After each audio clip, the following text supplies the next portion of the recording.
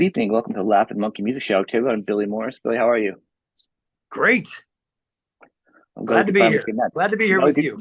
I'm Finally glad we could making this finally. happen. Well, schedules are kind of crazy, but it's good. It's good, and that's the beauty of Zoom. Um, but you're also a very busy man, as we all are. I You got a plate. describe it. I describe it like I'm a one-legged man at an ass-kicking convention. That's how busy I am. I've used that one myself. That's a good one. Yeah. Initially, I met you. Not met you, but I knew you. I learned about you through obviously Jani Lane and Warrant, and you've Hmm. been doing a lot of things lately. And we'll talk about a lot of stuff you do that people are watching or listening. But we should probably just start off early on with where I came across you was Jani Lane and Warrant, and you have a whole history. And there's other stuff out there of deeper. You've been doing music your whole life. Your family's done music. There's a whole. We could do like a three-part series. You're Lots to knee deep talk in about. music. Lots to talk about. The point of I want to talk about new stuff with you is what it is.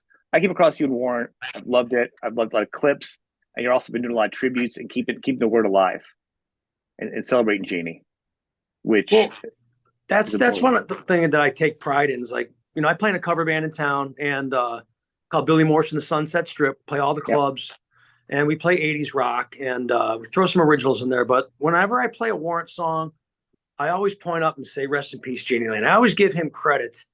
And I think the guys in Warrant should always recognize him and give him credit at every show because, he was the talent, he was the songwriter, he was the voice, he was the personality Yeah. that gave all of us the opportunity to go out and play all the arenas and those guys to be on MTV. And that's why I still do the Jani Lane tribute shows once every 6 months or so. And I did a great one recently in Cleveland a few months back, and I invited Maddie Lane, his daughter. I don't know, Mm. there's videos out there if you search There is. Maddie I saw Lane. it. I just saw it. Yeah, it's Yeah, good.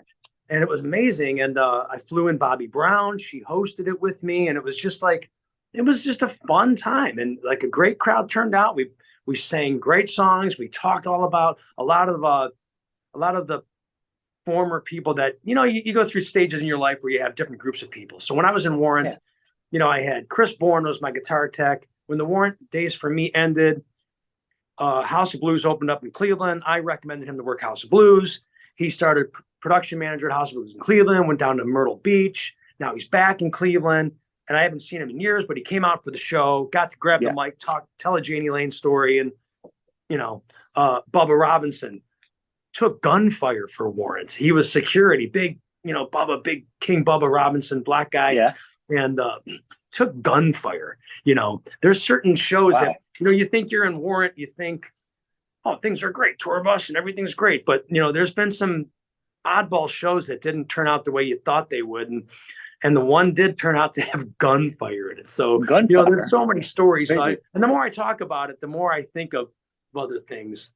Like one last quick story about the Warrant days and Many stories. Yeah. one time we were playing in West Virginia. And like everybody thinks that it's like all arenas and amphitheaters and in great shows, and there mostly are, but there's a lot of clunkers in there, especially when you're playing like in February, trying to play and make a living. Well, we played at this place in West Virginia where it was like a one-lane bridge where the tour bus could not go over the bridge. So we had to park the tour bus, and the guys from the club pulled up in their pickup trucks, and we loaded all of our gear in the back of pickup trucks and drove it over the bridge to the club. The club was heated by a fireplace. Now, great, it was fun. It was like they partied like nobody else. But I remember that day vividly because that was the day that Dale Earnhardt died. And I remember us setting up the fireplace, going all the NASCAR stuff on TV. And it's like, oh my God, Dale Earnhardt died. Those are a couple of those moments like, where were you when that happened? And I was in a club in West Virginia with the fireplace watching that happen. I think, and I talk about sometimes the struggles that artists do. Because I mean, people see the buses and this and that was such a small part of most artists' lives. There's driving between towns. There's an artist, stopping for gas money, playing gigs just for gas money and for food to keep the tours going. That's what bands are really about. That was me. Special. That was me. Yeah. But when I was in Warrant, it was always great. We always had tour buses every summer. If we did any weekend warrior stuff, it was a big 15-passenger brand new van. Another story. Yeah, Quick please. story. So we're playing Harpo's in Detroit. Have you ever been to Harpo's? I have not. No, I've heard about it It a is lot. the Never been there. biggest. It's an old theater. It's like the biggest nightclub in the Midwest. 5,000 people. We're playing Harpo's. Oh wow. It is a known fact. You do not go outside. Well, of course, we go outside, and there's a Kentucky Fried Chicken across the street, and it was like bulletproof glass with like a little turn roundabout thing to hand the food out or the drugs out. So, but the story is I would always help with the merchandise and count the T-shirts and the money and stuff. And I come out, the 15 passenger van is running with the trailer. We're about to go up from Detroit to Sault Ste. Marie, Michigan, about a 5-hour drive when it's normal out. But it was a snowstorm, whiteout blizzard. And I walk out last, and there's one seat left, the driver's seat. I'm like, what the? He goes, well, you're from Cleveland. You know how to drive in this shit. We don't know how to drive in this stuff. So I said, all right. I drove up there. Chris Bourne, my guitar tech. We drove up there, super whiteout. There was things. You drove a tour bus? You were driving a tour bus? It wasn't a tour bus. It was like a 15 passenger van. This was like the Weekend Warrior stuff. Still pretty big. Okay, yeah. I did drive the tour bus. I'll tell you that in a second. Last story after that, but we end up going over the Mackinac Bridge, which is this giant bridge. At the bottom of it, you got to pay a toll. We come to the bottom of it. It's all ice. We're sliding. The van's sliding. The trailer's pushing us. I roll the window and I'm like, we'll be right back. We went through and I put it in reverse, backed up and paid the toll. That's another one of those stories you'll never forget. We'll be right back. What was the last thing that you brought up? That were it was a bus. It was about a tour bus. It was about driving a tour bus. Oh yeah. Drive them. It's always interesting. So like if you're on a tour bus on a tour, you have a driver, and the driver drives you to the venue. The van, the driver for the event drives the tour bus driver to the hotel, and he's on an opposite schedule to you. So he sleeps all day. When you're getting ready to leave to go to the next town, he gets picked up and gets in the tour bus. He's fresh. He drives. We all eat our pizzas or sandwiches, play cards, do video games, whatever we're doing. We finally fall asleep around 2 a.m. in our bunks. It is a life like no other. I really enjoyed it. Well, I would always get up first. So I'd get up, I'd walk through the lounge. There's 12 bunks, a door, a lounge, and then the driver.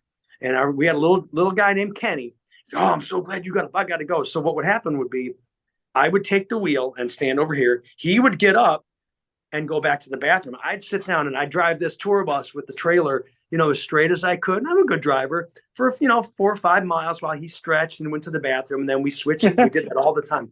And the bad part about that was like, well, Billy knows how to drive the tour bus. So I'd be in my hotel room. Billy, get down there. You have to move the tour bus. I'm like, so I had to get down there, push. It's not a stick shift or a gear shift. It's push button, put it in reverse, back it up a little bit, moving around and stuff. I could do all that stuff. And it was part of, being on the road with the band. It's just backing us things up are so big. Every time I see a truck or a bus, still to this day, I go, that's the worst job ever in traffic. Yeah. And it's so huge. And that leads to when we talk later on about the food trucks, we have a food truck and an ice cream trailer that we tow each other, that tows, and I'm the only one that can back it up. So if there's a job where it involves backing the food truck up with the trailer on the back, I have to go to it because I can back.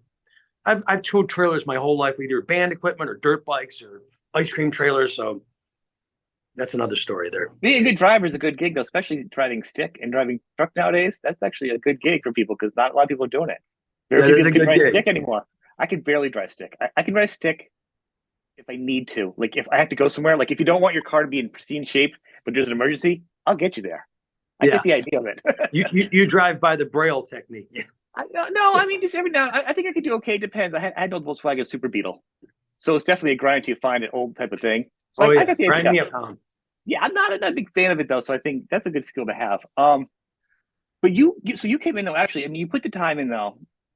In other bands, doing it in clubs and bands, you put your time in. You deserve the time you got with the band. So it's not like you just kind of came into a pristine situation not deserving it. You worked, for people that don't know, years, your whole life before that to get there. Totally. I thought I was, before I joined Warrant, I thought, well, I did a lot of big things with my local bands and my touring bands, and I thought I was done.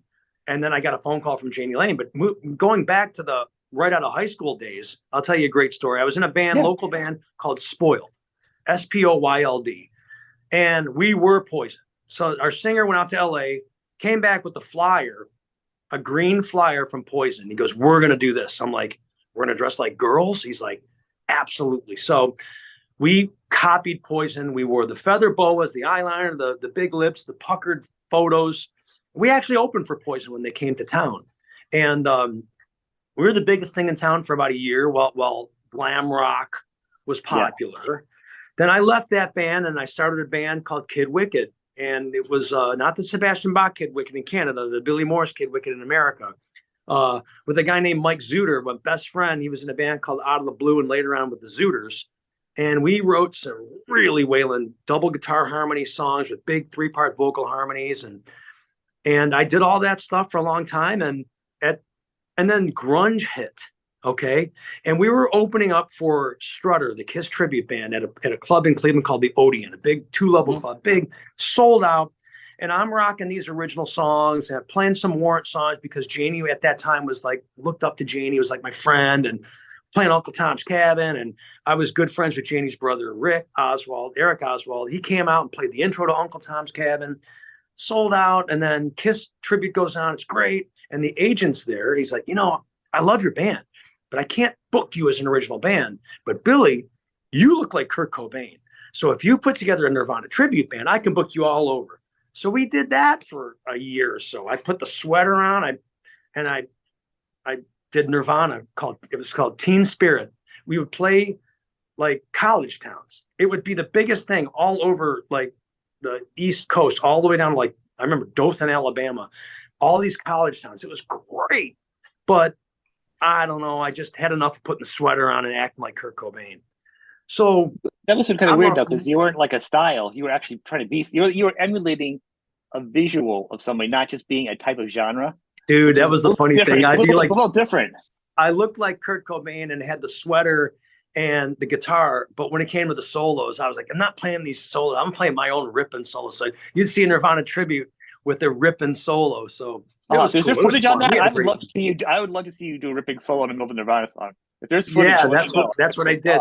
There's some digital Super 8 VHS cassettes in my basement somewhere. I'll dig that up. Oh, sounds hilarious.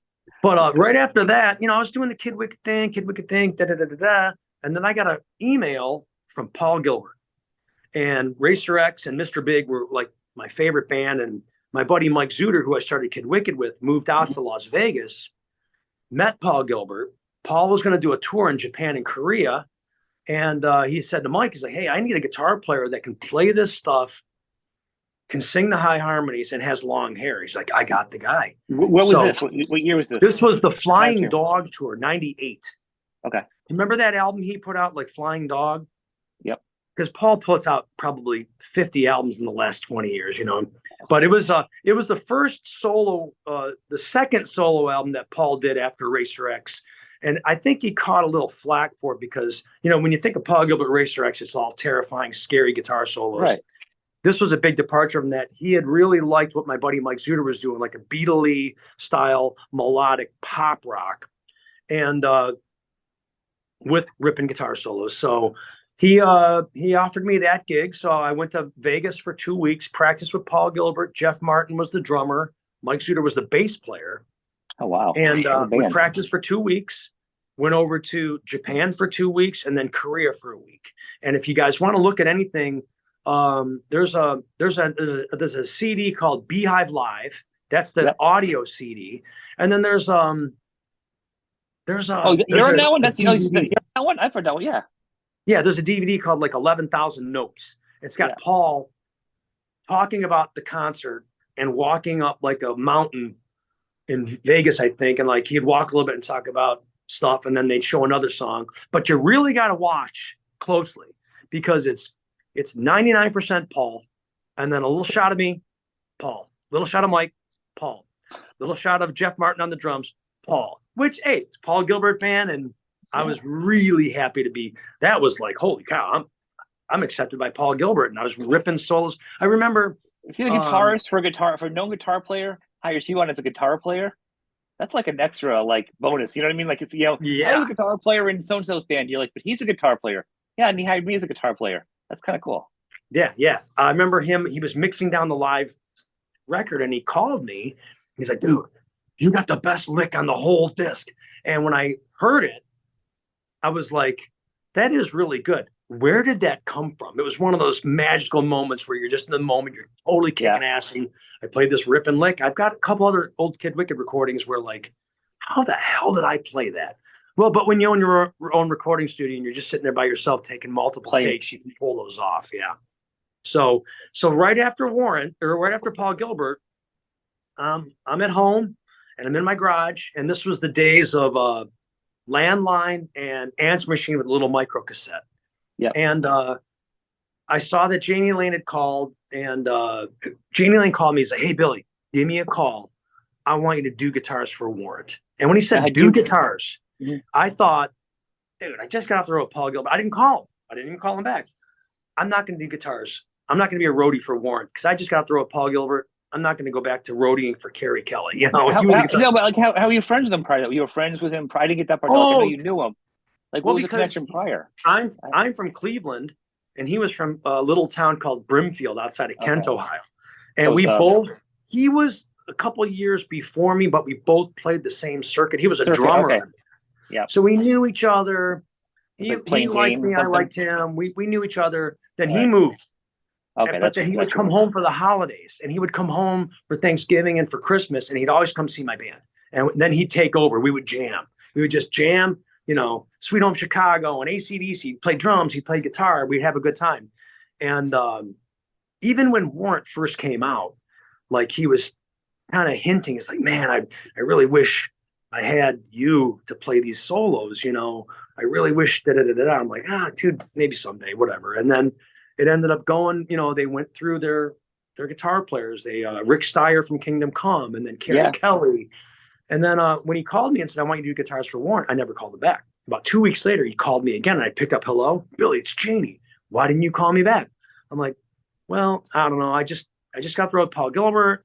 I'm kind of doing my thing. I don't want to go out on the road as a guitar tech for Warrant. He's like, no, dude, I want you to be in the band. I'm like, oh, I'm in. So that was that quick. And like a month later, I was on the road with Warrant, Rat, and LA Guns. 2000. Yeah, that was a good time. I think it was weird because I think rock was realigning itself. Like musicians were changing careers, some were switching. It was like the changing of the guard. I think some musicians were taking advantage, like Jani may have wanted you at different times because I mean it's well documented, and I'm not slagging anybody, but the first Warrant album, some of the solos weren't even from the band at the time. There was different people. So I mean, it's not like it's a bad thing. And a lot of those guys, and to their power, went and learned and improved themselves to become better musicians for that. I think that's super cool to do that. I do watch the Warrant videos, and Joey and Eric top those solos. But if you really studied her, you knew there's a lot of solos on there that are Eric and Joey on that first and second record. But obviously there's some magical ones by and there's some people who said but I'm saying those guys really, I do give them credit. They came back and owned it into their thing, so great for them. But what I'm saying is, like a person like Jani, it makes sense that he'd be like, hey, I have a hometown guy that I want with me. Nothing to anybody. Well, and that makes sense that as a realigning the guards, he would want to kind of pull in maybe something different. Another unknown management, Avi Steinman, he had said it was between me and Dave Marshall. Eric and Jerry wanted Dave Marshall, and Jani and Avi Steinman wanted me, and it came down to me because they needed a guy that Jani could relate to. Everyone else was LA, and he was Cleveland Browns, Cleveland Indians, Ohio State Buckeyes, Cleveland, Ohio, Midwest. They needed a guy that he could relate to, and they knew that I was, relatively sober and straight. I don't do drugs. Yeah. Am I going to have a beer or two after the show? Am I going to have a little something before we got? Yeah. But I totally controlled it, and I kept him sober and straight for the majority of my time in the band. Towards the end, sadly, he didn't fall off the wagon. We described it as he dove off the wagon, jumped off the wagon. And I don't want to say I gave up, but he said to me, he's like, dude, because I got a disease, man. I got the gene. I'm an alcoholic. I can't help it. So we did our best. And then, he quit Warrant after I was in the band for 5 years. He quit.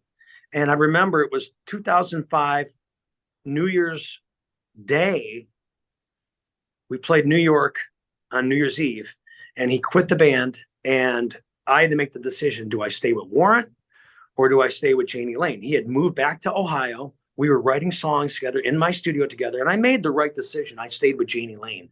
Those guys were not happy with that, and they really haven't really been. We didn't remain in touch. When I see the guys, hey man, how are you? Da da da da da. But they weren't happy at the time. But looking back and seeing how history played out, I made the right decision, because right after Jani quit, well, then Steven and Joey was like, well, I can get back in the band now because I don't have to put up with Jani's, drunkenness and stuff. Right. So they were going to get Joey and Steven back anyways. And I watched the videos, and I've seen them on the Monsters of Rock cruise because I played it with Tough, and they're kicking ass. And Robert Mason is the most amazing singer ever. I've loved him in everything that he's always done. So for him to get that gig in Warrant was a good thing. It fits now. It fits that lineup of guys. It's not the classic Van Halen or classic lineups, whatever. I'm the kind of guy, I just enjoy whatever makes the album. But if it's classic Warrant sound worked, whatever. But the point is, this version of Warrant right now, that 5 guys work really well and sound good together as a band. Yeah. So it's just different. It's just older, different. more experienced. They know how to go and do it the right way, and they are doing it the right way. I think it's a bonus for fans. There's that, and then there's you doing your Jani Lane tribute and your Warrant tribute, because it just keeps it out there. I mean, sadly, what happened in Jani is just awful, and I think it's good to have more positive stuff out there, because you don't want that being the last thought of him. You want to remember him for all the goodness and happiness he brought out there. So by you celebrating the music, it keeps it out there. Much more happiness, much more good things than the bad things. He put a stamp on that 80s style, fun, kick-ass party rock and roll. He told me, he's like, look, good songwriter, good pop songwriter. That's hard to be as a good pop songwriter. Yeah. He told me, he's like, look, this is a party. We're hosting a party. I'm the host of the party. We have to have everybody have a good time. And that was kind of his mantra. Even though he moved into Machine Gun and Dog Eat Dog and a little more heavy glam Alice in Chains thing, the shows were always Warrant shows. He was still the same front man. It never really changed. But his songwriting, even when he switched up to different types of genres, so he tried to do Machine Gun was really good. And even the last couple albums, I really liked when he was doing different types of, the music was a little bit different undertone, like under the belly. That stuff is like, I liked it too. It's very interesting. Like, it felt like as a songwriter, he was stretching and not trying to copy something. I felt like he was like, all right, let me roll my sleeves and express myself, which is kind of cool to me. Because some artists were just kind of trying to copy a genre, you know what I mean? It just wasn't right. Him just being a songwriter, the songs were a lot more interesting to me. It wasn't the same Warrant, but they were. I still got the CDs because they were different. Yeah, and you had to kind of go with the times. Although maybe was that a mistake? Because look at the success Poison had. Poison wrote "Talk Dirty to Me" and "Nothing But a Good Time," and when they release a new song, they don't veer far from "Talk Dirty to Me" and "Nothing But a Good Time" because they're a party band. Well, they had a couple guitar shakeups. They did, dude. They had Power to the People. They had an EP. They did do a couple covers. I think they had their own internal stuff going on too, and I think taking a break was probably one of the best things any band from that genre did. I think it worked out well for them because even their other stuff, they did keep to that sound. I think was it Stand, and that album, the Bluesier album with Kotzen, was probably the most different album they did out of everything. And then after Kotzen left, and they had Blues come in and everyone else, and then CeCe, I think then it went back more to the party rock. That other one though seems like it was more of their serious rock album. Absolutely, yeah, I love that. I love that Richie Kotzen album. But that's Richie Kotzen though. He's such a good guitar player. He just 50 for 50. That last album, 50 songs for 50, whatever. He's a maniac. Yeah, he's a maniac. There's so many good guitar players out there though, and that's what I like about technology nowadays is you can go on YouTube and go down a rabbit hole and be like finding all these great bands, and then all of a sudden on Instagram, like, oh my God, that kid is amazing. And he's just a kid in his bedroom playing guitar. So there's those guys are out there. You can find them. I wonder though, and it's not being an old person, like it's like what would have happened, like the creativity, because you everyone picked up the Ramones and Hanoi Rocks and all that kind of stuff, and it has carried over. But nowadays, there's nothing. Everything's like a copy of a copy of a copy of a copy. So much now. Like, where's the original thing going to come out that's going to break free and be original for a while before it gets copied? Because you look at everything now. Like, even if somebody makes a joke on Instagram or some kind of whatever, I try to stay away. But like, 5 other people are doing it. Like, everyone's doing that same thing. Like, anything original is going to come out is going to get copied so fast. Like, what artist is going to be original for a little bit? And what fan is going to accept something different? Because there are so many fans that are, I don't want to call it stuck in the 80s, but I like that style of music. I like Warren DeMartini. I like George Lynch. I like Randy Rhoads. Yeah. I don't need to be told by the media, well, you know what? That's old. You need to like this now. No, I listen to everything. I hear it. Hey, Nirvana, I appreciate it, but I don't like it. I like Warren DeMartini. Soundgarden. Oh, kind of cool. I don't like it. I like, Quiet Riot. I like Poison. Yep. And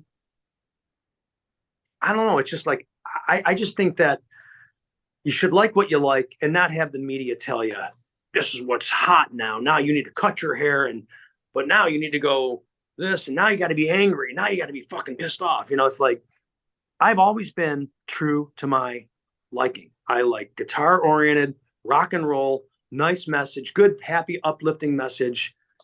A sad ballad's good, an angry song's good here and there, but I've always stuck to what I like. So when you hear some of my original music in the future, which I'll be releasing, you can go on YouTube and listen to my stuff right now. Billy Morrison, The Sunset Strip. That was my last record, CD record. When you say record, does that tell everybody, oh, that guy's old? That's how I say. I call everything a record. I call everything's a record. Yeah. To me, if it's a record, to me is a full collection of songs that have been thought about, how they're produced. You do a good job on the drums and production. You make sure everything's mixed well. You make sure the song list works well in order. There has to be a proper order for the songs. Yep. The packaging, the artwork, to me, that's a record. That's a record. Vinyl. A record to me is the full product of a band, a collaboration of songs and all the artistry. The complete package. Yep. That's what I mean when I say record. And I think it's a carryover from the 80s, and 70s.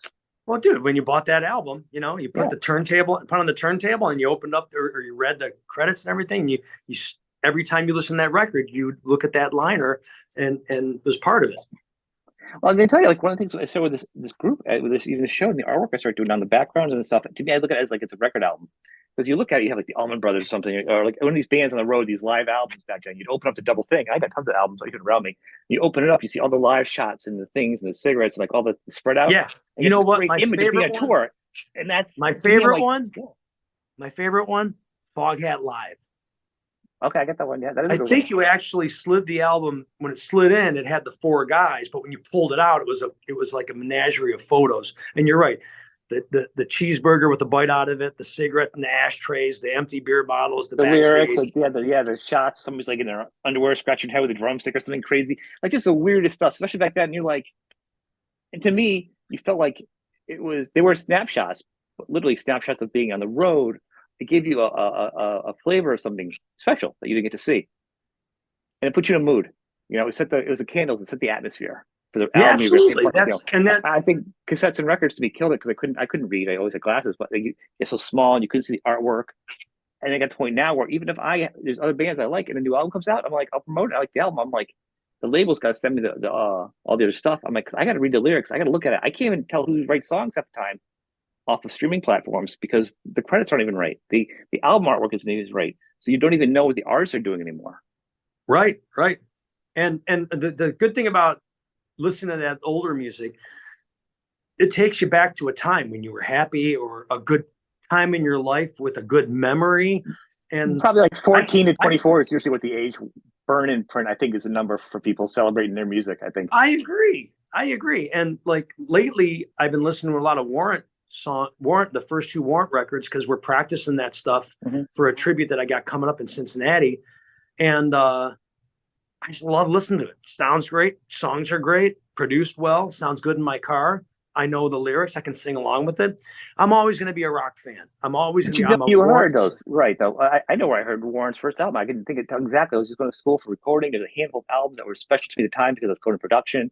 So listen to that album, and I was in Atlanta. I can tell exactly what I was doing when I first heard the album. Like I can tell there's probably a bunch of albums like that time period for you.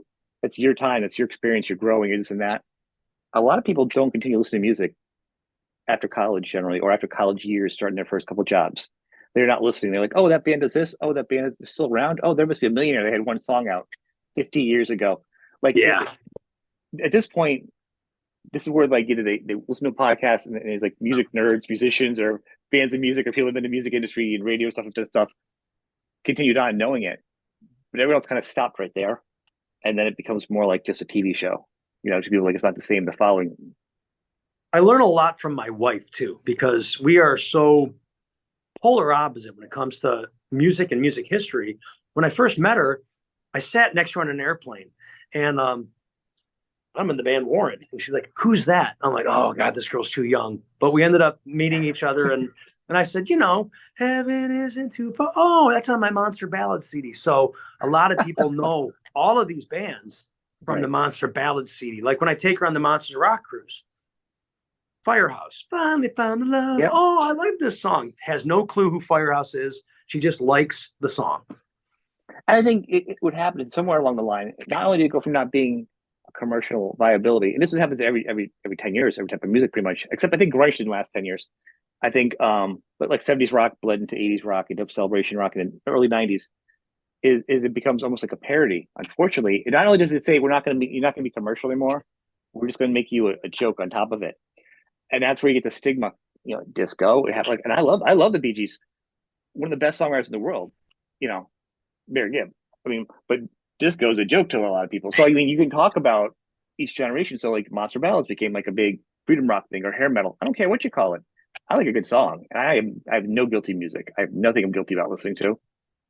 But the stigma hurt the artists, and I think only now with the cruises and stuff and these festivals are people coming back out in the past maybe 2 years before COVID hit, and then now again is the revival of. That's It what all, it's yeah, it all outside to comes me. full circle. Right. My buddies locally are in a band called Disco Inferno, biggest cover band in town. And you go see them, and you're like, this music's good. Some good This songs, is right? good stuff. All the songs are good. They bring it. The girl, everyone's dancing. There's a big crowd. It's fun. They wear the afros, and so that went full circle. And now you think, and maybe 80s rock's kind of coming full circle. I think so. I know Steel Panther and there's you're a huge appreciating it. there's a You're huge appreciating it. coming from Europe, like in Sweden and Finland, out there. That it's a Crazy Licks. I like that band. You ever heard that band? I like Crazy Licks. They have their own glam thing going on out there. Is what it's doing. My favorite band out of all those Sweden, Finland is a band called Eclipse. Have you heard of them? Yep. Yeah. We actually, because currently I play guitar for Tough. Great singer, great singer. Great singer, great songwriter. We actually did the Glam Fest Australia this year, in the spring, and Eclipse was on it. And they were already my favorite band. Like, so to be able to tour with those guys, I was a fan. I was a fan. Sat next to them on the bus. We went and ate some gyros together. We exchanged emails. I sent them some songs, and now we're friends. That's the other thing I noticed. There's a band called Tragedy. It's like all heavy metal, but funny. Like I like Steel Panther. They actually toured where they do like disco and metal, and it really makes you listen to the songs. If you get a chance to check them out, called Tragedy. I actually really like that. Yeah. Come on, I've seen them live, but they do like metal and whatever. So it's another way of celebrating the songs. And what I've learned is a lot of musicians, and it's rock musicians, and our age group, and I even say from like late 40s up until whatever, are also fans of music as much as fans are fans of music. And that's the one difference I do see on the show that other genres of music more than anything else is artists, you getting just as excited as other people say, "Oh my God, Billy, you were so-and-so band?" Like you getting excited about that. Like sometimes in other art, I'm not going to slag the genres I talk to, but their excitement is not the same. Like almost they also stopped. They're like, I only like this band at this point. I don't want to hear any new music. They're just as bad. They almost hurt themselves. They're like, we have a new album out, but no one wants to listen to it. But I also don't want to listen to new music. So they kind of are stuck. Whereas rock fans and rock musicians just kind of keep liking it. You know what I mean? Keep liking it. It's kind of cool. Yeah, it's like when you discover that new song, you just can't stop listening to it. I still am, I was excited. I talked to George Lynch 2 weeks ago and just had him totally just bust on me and give me the George Lynch sense of humor. It was great, Yeah. I had George. I own a club in Cleveland called the Hi-Fi Club. George Lynch played there, and after the show, here he comes down, all muscled up. Give me my $2,500. I'm like, here's your $2,500. He could be a funny guy. He was giving me a hard time. He was making up things. That guy's a make-believe manager, and he had some other things. He was saying things that I said I didn't say, but I said that were controversial. He was just like you said before. He'd say it just to give me a hard time to have fun because he do so many interviews. You know what I mean? I just totally went with it. It was so much fun but you don't always get that. You don't You know, I mean, there's a thing where like it's exciting to talk about. You clearly have great memories. You enjoy sharing them, and it's fun. You're still I like celebrating the talking music. about the memories because the more I It's a talk, the good more I time. think of things, the more I think of memories that I hadn't thought in a long time. But it's good. It's not. I don't think that. I guess the point is, I don't think it's like almost like living the past or. A, I hate the stigma of it. I just think it's really good time period for music, and I think it's great to be able to reach back. And I think some people can't reach back and be happy. You know, nowadays, what's going on? It allows them to be happy at a moment in their life. It lets them takes them out of their own head and lets them be happy. And Yeah. how can you take that away from anybody? So you're saying like 80s rock and whatever you want to call it, hair metal, glam, whatever you want to call it, I don't care what you call it, thrash, whatever it is, and it makes them happy. Don't put a label on it and make it a stigma. Right. Let's say someone's happy. I love guitar solos. I mean, that was the only sad part about the '90s for me. I mean, I like some of the bands, but not like a lot. And guitar solos is what crushed me. That's what got me. You know, Well, yeah, it's like I remember Foo Fighters just like their first couple records, they had no solos. And they actually I don't know if they laughed about it, but they're like, yeah, we have no solos. A lot of the bands went no solos. I think they were one of the few bands that kind of kept their toe in rock, though. Thankfully, I think. Yeah. Oh yeah. Yeah. When the first record came out, I remember being on the road with the Nirvana tribute band and we were blowing Yep. that Foo Fighters album up. We actually did a Foo Fighters song. This is a But it kind call. of kept, yeah, but it kind of kept that big arena rock sound, but it also allowed them to be in both spots. And that's what I think a lot of bands could have done and kept going. You know what I mean? They didn't get locked into something. That's why they're still around now. They weren't a That's grunge right. band. Because they're a rock band. Right. And that's the whole point, and I think it's important. So you're also doing, how often are you playing out with your other band though, the Sunset I Strip? play out. So Billy Morrison, the Sunset Strip. We play 80s rock locally, and I got a handful of clubs that I just play, make a lot of money. We play just Friday and Saturdays. I'm really busy with my businesses at home. I have a recording studio, a food truck, and three little boys, 11, 10, and 6. And I coach football. We go dirt bike racing on Sundays. We go dirt bike riding during the week. I got to cut the lawn. I got to cook 3 square meals a day for my family because my wife doesn't cook. But don't get me wrong, she that's her beeping in right now too. You can feel it. She Still, can feel it. she can feel it. Can you still see me normally? Yeah. No change. Her Yeah, call is coming in, and yeah. But so I only play out on the weekends. But we do the first set. We do like 80s pop, like Eddie Money, Rick Springfield, Loverboy, Bob Seger, Brian Adams. That's the first set. And I say, everybody, we're going to be right back into the hair metal stuff with Poison, Warrant, Def Leppard, Bon Jovi, Motley Crue, Justin Bieber. And then people laugh about that. I do a little Justin Bieber metal style, but then, it's just it draws a crowd. We ring the register. We make good money. It's steady. But I can only really play out Friday and Saturday. I don't only really want to play out Friday and Saturday because when you're working that much during the week and be like, oh man, it's Wednesday night. I got to go sing Rick Springfield again. It's nothing against Rick Springfield. It's just like, no. I'm tired, man. I've been working all day. I got kids. I got food trucks. I got studios. I got lawns. I got practices. I got to drive this kid to soccer practices, to swimming practice. I got to coach this football. Oh, I got to now put the kids to bed, get in the garage, work on the dirt bikes. It's like, I get by in 5 or 6 hours sleep. I hear you. I always say, like, I could imagine, especially at this point in my life. I mean, like, if an artist comes to your town, it's tight for them to begin with. Like, I could imagine getting up now and doing anything. I don't want to have time to go to work, and it's not a hard job. Like, you know what I'm saying? Like, I could imagine at the end of my night going on, having a rough day, and then okay, I'm going to entertain you guys now for your money. Okay, yeah, I'm gonna get in this box truck and set the sound system up, and here we go. Oh, in the middle of a Wednesday and a Sunday. Yeah, it's crazy. About 5 years ago, during the summer, I played 14 shows in 12 days. Doubles on like a weekend, and then every single day. And there's like in Cleveland, there's some islands out there called Put-in-Bay and Kelly's Island. You take a ferry out there, you play at the islands, you play clubs, you play bike nights out in parking lots. There's a lot of gigs to play. But at this point, the food trucks, which I'd like to talk about, it's called Smokin Rock and Roll. My partner is Todd Chason. He actually really runs the food truck business. He runs the day-to-day. He hires and fires and orders the food and da-da-da-da. I kind of help drive it a little bit. I kind of am the face of it. I go out and play the national anthem for certain events. They hire me to play the national anthem, and uh, the food truck is really successful, really good. We have 2 trucks and an ice cream trailer smoker, Wow. and we're a little in right now. We're in a little bit of a downtime because obviously we parked the trucks in November because it starts snowing, but we're in a building right now, which I'm in the lobby of the building right now.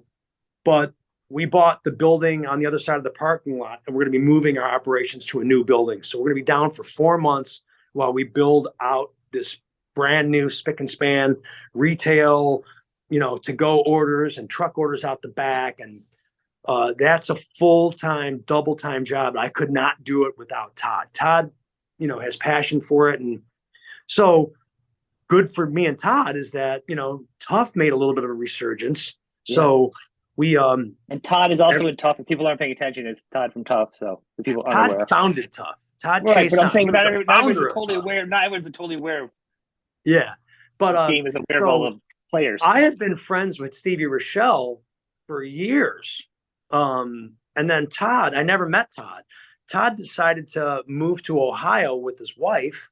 And about 10 years ago, Tough put out a re-release of all their music.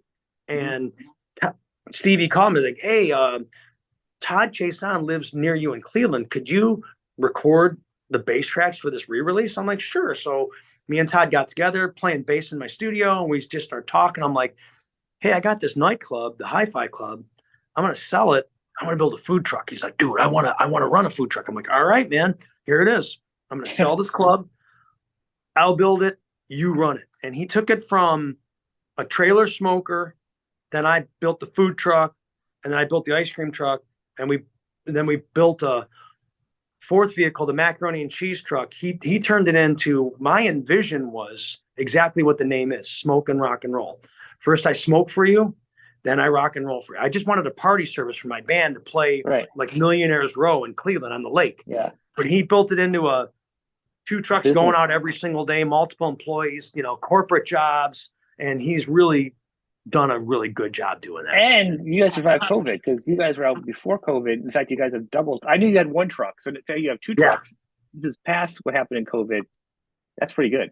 Well, COVID helped us, and what had happened was I helped in COVID. Though I'm going to tell you right now, if you weren't paying attention.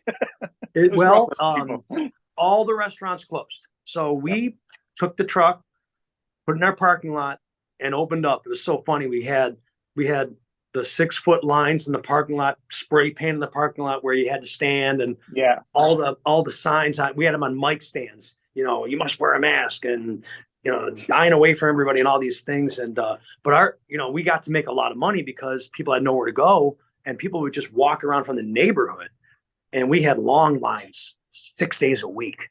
But since COVID ended and all the restaurants reopened, the parking lot business died down. We did it 1 night a week where we did ribs and wings and try to put some bands in the parking lot. But now we're going to move over there to the other building, and we're probably not going to do that because we're concentrating on to-go orders and DoorDash and Uber Eats and food trucking out the back, and our own building and our own parking lot and our own roof to maintain, and our own parking lot to repave. Oh my God, what did I do? Sounds like a lot. It sounds crazy. It is pretty crazy. So this year, we go on the Monster Rock Cruise almost every other year. So this year we are on the Monsters Rock Cruise, Tough with Stevie Rochelle, Todd Chason. And it allows us to keep our rock star dreams alive. Every 6 months we go out and do something with Tough. Well, it's funny you say Rockstar. Rockstar is such a funny tongue-in-cheek word. I don't think people like you and other people can use it that actually really get their fingernails dirty, because you get somebody. Actually, Steve is a good example. He's a man, besides igniting half the world with Metal Sludge, business-wise, he's got a hustle on him like nobody's business. He hustles he does post ups every day. I agree. My point is, he's got his hands in everything. He's always working. Always. That being said, and to be doing stuff nowadays, and to be doing that, that's who you have to be. Like, so that's my point is to go out there and have fun rockstar time.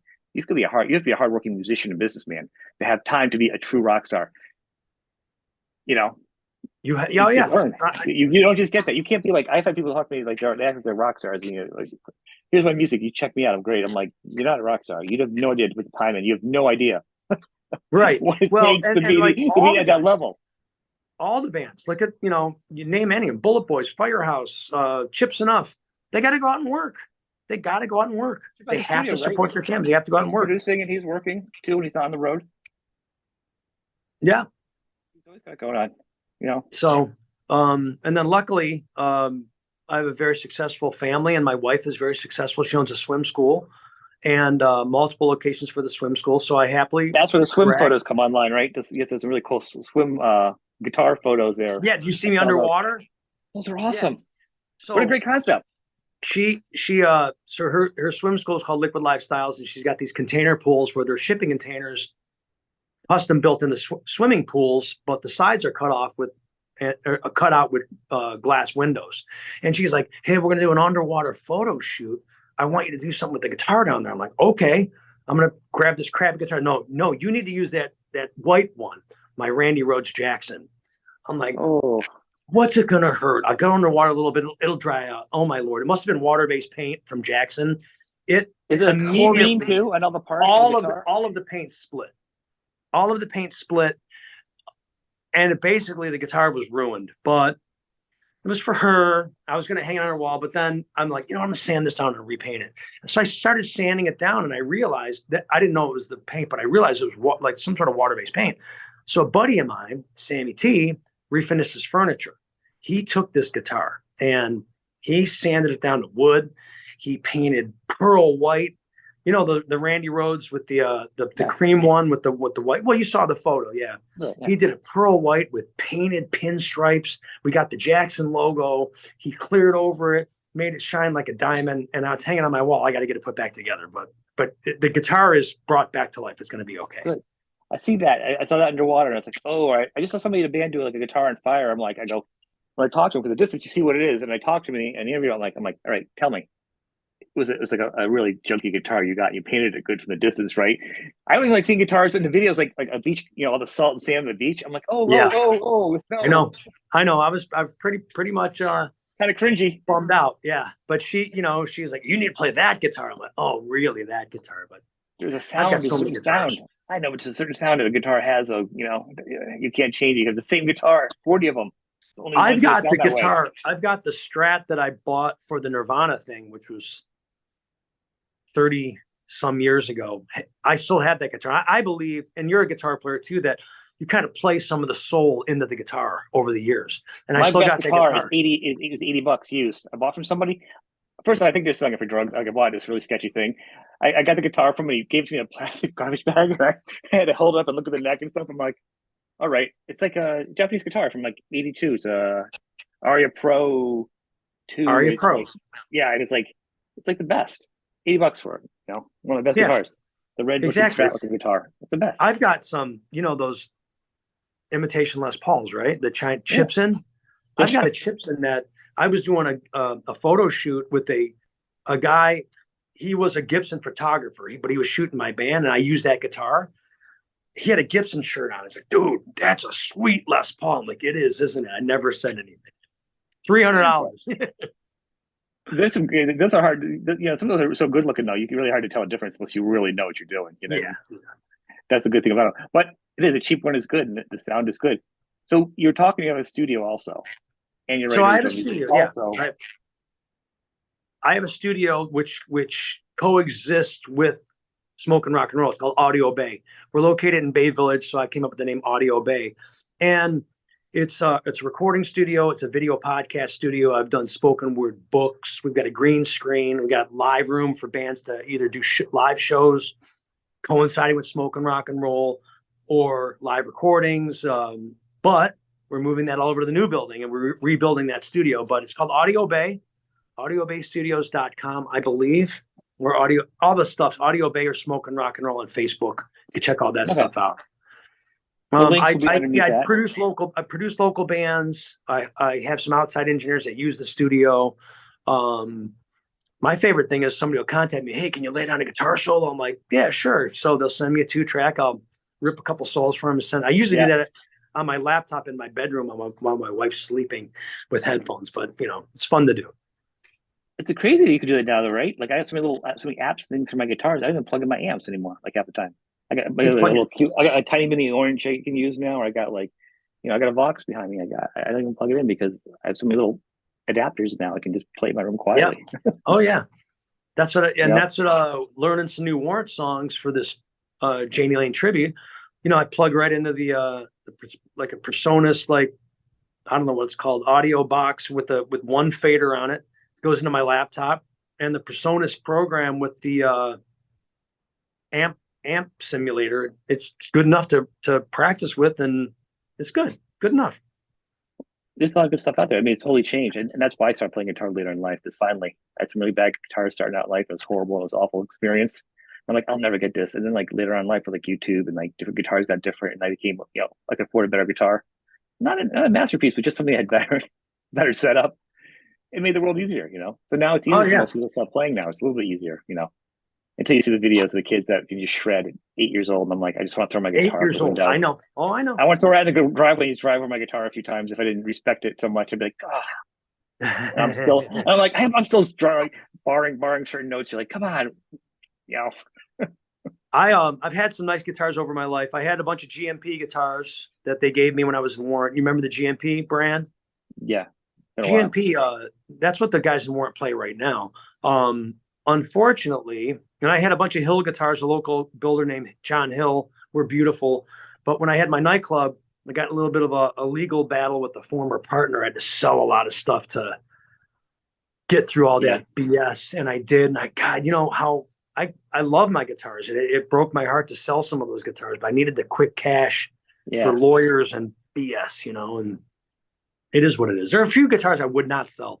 My prized possession is my 1988 purple Jackson Soloist, made in USA back when Jackson was USA. San Dimas was $2,400 from Lentines Music in Akron. 6 months, same as cash. I paid all the payments, never missed a payment. I still have that guitar to this day. Look, that's a lot of money back then though for a guitar too. Yeah, You know, that's a lot back then. That was a ton of so, money, but I especially was like, for starting out, for not being in like Aerosmith or something at the time, like to like being a working band. yeah. $2,400 for a working band who's trying to do Oh, something is it's like $1 million. well, I'm living at home, playing full time. I could pay $350 a month. It was no big deal, and I made sure I made all those payments. I still have that guitar, so I've not a lot of guitars, but got to find time to play them around Well, working. that's the thing. That's the thing. So actually, out of all these things going on, and like I said, the links will be beneath it. The last thing we're talking about now is original music. You got some stuff you're working Yeah, on. that's I'm always writing new songs. I've got like a bunch of songs. I've got a folder on my lap called Next Project. They're basically demoed and done. I've got my latest single that's about to be released, and it's just not it's finished, but it's not released yet. It's a song called Wasted. And when I play it for people, when we play it live, people are singing it like an anthem by the end of the song. I played it for somebody, a former record label guy. He goes, dude, this is the new Closing Time. You know how Closing Time was like the last song everybody played? This will be up there. I feel it's a much better song than Closing Time, but I'll send it to you right away. I'll send it to you right away. And, Yeah. called We're All Here Getting Wasted, hammered, plastered, wasted, sedated. We're all here getting wasted. It's a great. I sent it to Steve Brown from Trickster, Trickster Steve Brown. And I sent it to him because we send stuff back and forth. He's like, he got it. And the next text message is like, Chips Enough would be proud. I'm like, yeah, that's a good compliment, beatily. She would say, hey brother, good job. I didn't send it to Chip because he'd be like, Don't say, but Chip would do song. that. Yeah, I Chip would want do that that. Hey song, brother. Yeah. No, it's my song. Whenever I talk to him, I just get the hey brother. But Steve's a good producer too. Oh man, I've had absolutely. Steve on a few times and we've talked, and I tell you, man, I was giving him a hard time because he's doing like one song a year he's releasing. I go, I will be in the old folks home by the time you have a collection of an album. Yeah. He's like, I'm doing one song. He's like focusing on that one song a year. I'm like, well, I think that's the formula for a lot of bands. You just release a new song every 6 to 8 weeks, and then you're on the new release charts. And right. In his defense, though, also he's doing the Trickster thing instead of Eric Marg. He's doing he's a million different bands. He's the on-call guy for Def Leppard. Yeah. Well, here's a good production with Ace Frehley. He just did the production with Ace Frehley. That song sounds good. So Trickster and I Steve and PJ, the whole band, we go back to about, I don't know, maybe 86, 87. My band Spoiled was going to New York City to showcase the Cat Club. And we pulled up at the Cat Club. Remember the Cat Club? Yep. And another van pulled up, Trickster. So we both played together. We met each other like right out of high school.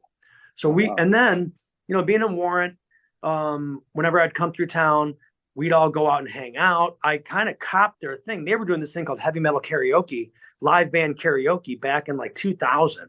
And they're, you got to come see us play heavy metal karaoke. So I went out and I sang with them. I'm like, I love this idea. I'm going to steal this and use it in Cleveland. They were like honored that I stole their idea. And I did heavy metal karaoke at my nightclub throughout the years. And then it kind of faded. But Trickster had to do some dates. And Pete wasn't going to sing. So they called me and I played with Trickster for a bunch of dates where Steve sang. And we actually did another date with Trickster. It was Trickster Lita Ford, where Steve had to go play with Dennis DeYoung from Styx. Yeah, because he's also Styx also, yeah. Yeah, and they needed guitar players. So Pete came in and sang, and I played the only guitar in Trickster. And let me tell you this right now. Some of that, all of that shit is no joke. Steve Brown is like Eddie Van Halen Jr., so to have to learn that stuff is no joke. Yeah, he actually will be good friends with Eddie too. I mean, it's funny. I look at Steve's picks. I look at it's like a just a list of picks of all the bands he's been in, of everything he's in, and usually they're working too, on top of the production he does. You know. Yeah. So for a while there, when Steve had to go fill in for somebody, I'd fill in for Steve, or Steve would sing for Pete, and I'd play with them, and that was a feather in my cap because, like I said, I go back to everybody I played with. I'm a fan. Yeah. Steve and I and PJ, we were both all out of high school together, showcasing our bands together, but I'm a fan. Enough's enough. They were a club band in Chicago. I was a club band in Cleveland. We crossed paths. I'm a fan. So I'm always a rock fan. I like, you know, being a fan. I like being friends with all these guys, but I'll always foundational be a fan of everybody. I like rock and roll. Well, I think it's fun to be a fan and to have friends or acquaintances with, and like this, you know, and sharing the stories. I think there's a camaraderie. Like when you meet somebody, like if you don't know them, but you're from the same generation, like we just start talking about anything. You actually talk about horror films. Like there's a certain clicking of this, and I've noticed it by doing the show. Like it doesn't matter. Whereas sometimes you can meet a stranger, you're like, I have nothing in common with you, like a family member. Or like you meet somebody like you, we could talk like days about music, and then this happened about this. Then the next, you know, it's about this movie, and then it's like it's a generation thing. There's something about the tie of music puts everybody in the same mindset that locks you in of that generation. You know. Oh yeah, being a rock fan and a musician. Yeah, and being a fan of music, and the people that are considered rock stars are really just musicians that really have fun and want everyone else to have fun, and that's what everything's the rock star. But the rock star part is what they're really giving you is they want to entertain you with all the fun that they're having. That's the impression I get. It's just so much more than being like, I'm better than you. It's not about that. It's about, thank you, this rocks, and let's have a party. That's to me. Absolutely. But that's what I get. The difference of like when people go like, how can you talk to, you know, so and so, they're rock stars. I'm like, they are totally. There's no one throwing TVs out windows or doing like the like shark thing. Real people like us. No, I mean, they're like, real people like you and I. Yeah. Yeah, it's like you have no idea how hard these guys work and the personal things they go through, and they put a big smile on their face and they go up there and they rock, and they're not complaining about it. They don't complain about this, the money. I bring up a lot of the financial things on this show because I want people to go to the shows, buy it, support them, because they're not going to complain about it. But for them to keep doing it, you need to make their lives easier by doing this part, because there's you know, there's a back story to a lot of this, you know, with a lot of people. Yeah. For an artist to get up on the stage nowadays, it's a lot of work. And, you know, people don't think it's not the same. It's not doing cocaine and, you know, it's just like Mariah Carey. I tell people it's like $1,200 or was before COVID for a bus for a day. Like that's a lot of money. That's a lot of money. Yeah. That's a lot of money to put in front of a club. Yeah. Oh yeah. Dude, it was like, maybe the day of the tour bus is like kind of dying down, unless you're Taylor Swift or Mariah Carey or something. But that's what I'm saying. It's hard. It's really hard. You have to be doing like mid-sized venues now, and you have to have them locked in. And nowadays they want the money up front now. A lot of them. I mean, it's a lot harder. I'm so lucky and grateful that I got to live that life for 5 years. But you know, I have to know your place in the band, because the senior partners, what Mike Fasano, the drummer of Warrant, when I was in it, we called Jani, Eric, and Jerry the senior partners. We were junior partners. So you got to know the senior partners get their pick of the middle bunks in the bus, and the junior partners get the lower bunks, and some of the techs and stuff got the higher bunks. But it was funny because we were right on the bus. This is my bunk. You're down there. I'm like, yes, sir. Okay, no problem. I'm on the bus. And there's like 8,000 people that aren't on the bus that play guitar. I'm happy to be on the bus. You know, Totally. you're like at the front of the line. I'm like, I'll be 8 people back. I'll be 2 rows back from the show. I'm in the front of the show. Yeah, Good. totally. Yeah. And I think that's the fun part about it is, yeah, and you know, there's a hierarchy. You got to appreciate it, but it's not the same. Trust me, the rock hierarchy is way different than like pop artists. It's totally different, you know. Totally different. So if you're out there listening to this interview and you got to this far in the interview, I'd like to send everybody, just go to YouTube, search Billy Morris and the Sunset Strip, Party Like the Weekend Never Ends. That's my former hit single. And it's, it's produced by a very good friend of mine up in Boston, Mike Woods. You know Mike Woods? I don't. The band I don't. Damone. Have you heard of the band Damone? No, I haven't. But it's not that far from me. He's only a couple hours away. Yeah, so Mike Woods produced this. I sent him the song, and he kind of really made it, produced well. The song was already written, but "Party Like the Weekend Never Ends." That's my former hit single. I'm going to send you the song "Wasted." I'll text message to you on your phone, and you'll be able to hear it, and that'll be released real soon. Excellent. That's pretty awesome. So I'll send everybody to your Facebook and I think your Instagram. A little slow today. Put all the links. You're going to send me some. You're going to dig them up. People check it out. Check out all of his stuff. If you're in the local area, check out the food. I wish I could check out your food area. It's close enough. I'm a big food truck guy. Like literally, that's it for me. You know. So, quick story here is, and I'm going to turn this around so you can see this. But this is our lobby of our shop, and you see all the awards on the mirror there. All those awards up there. Yep. We were in, and this is a little photo wall of fame of mine. This one here. See George Lynch? Yeah. This is a local guy, a very good friend of mine, Paul Sidoti. Do you know who he is? I do not know who that is. No. He's only the lead guitar player for Taylor Swift. Okay. Me and Dimebag, he was in my studio recording. I met Dimebag at I saw them. They're opening for Prong, and then they came back a second time. It was during Cowboys. They came back a second time, and then Prong opened for them. They flip flopped, and They played. He was fantastic, and then at the side is a club in Atlanta, Masquerade. I don't know if you've been there. Masquerade played there. Yep. All right, so they played the Masquerade, and they opened up, and then to the side of the stage, they had just brought in a breathalyzer. And at the time, I was interning for a record label, so I always got into everything, free and stuff, and good because I was a starving student, so everything I get for free was the best. So the dimes next to me were talking, whatever, and he's totally he goes, "What's this?" He sees the breathalyzer, and he goes over and he tries it, puts his money into it, does it. It goes it's like when you go to the circus or something, you hit it, goes to the top. Yeah. So it's like the breathalyzer equivalent of that, and he just got off the stage just doing these ripping solos. And I can't believe he was standing up, seeing the levels he had. And people he drank. People yeah, it's a show. I'm like, no. I saw him do a show. And I saw him get off stage and do a breathalyzer in front of me. And it was like this. He goes, "What?" And he goes, "You do it." I'm like, "Dude," I got no money, man. I'm a college student, right? Got to go to music college then. He goes, "Oh, get some money out." He puts it in there. I did the breathalyzer. I just had a couple beers. It slowly moves up, right? Yeah. He does it again to the top. He starts laughing. He punches it, breaks the breathalyzer. The machine had just come in the day before. He smashed the breathalyzer at the club. They never brought it back again. Oh, we'll do another interview, but I'll tell you the Jani Lane, the Vinnie Paul story in Dallas. We'll leave that for the next time. That would be awesome. That would be awesome. I want to thank you though, because this has been really, really fun. It's a great time, man. Like you said, we'd probably be on the phone, talk for hours, and never cover the same subject. And that's what happens a lot. I have a certain thing where we have certain guests and we just kind of come back and we just kind of continue on this long, I don't even really I have nothing in front of me. I have no notes. I just know what I know of you, and I have a huge swath of knowledge of music. And that's what it is. It's about a conversation, and that's how you get better stories that show up. It's not about, on this album, did you do this? And then I don't need the life story, because people have done it and they do a great job. Yeah. Well, I like talking to you because like I said, it brings back memories I haven't thought about, or stories I haven't thought about in years.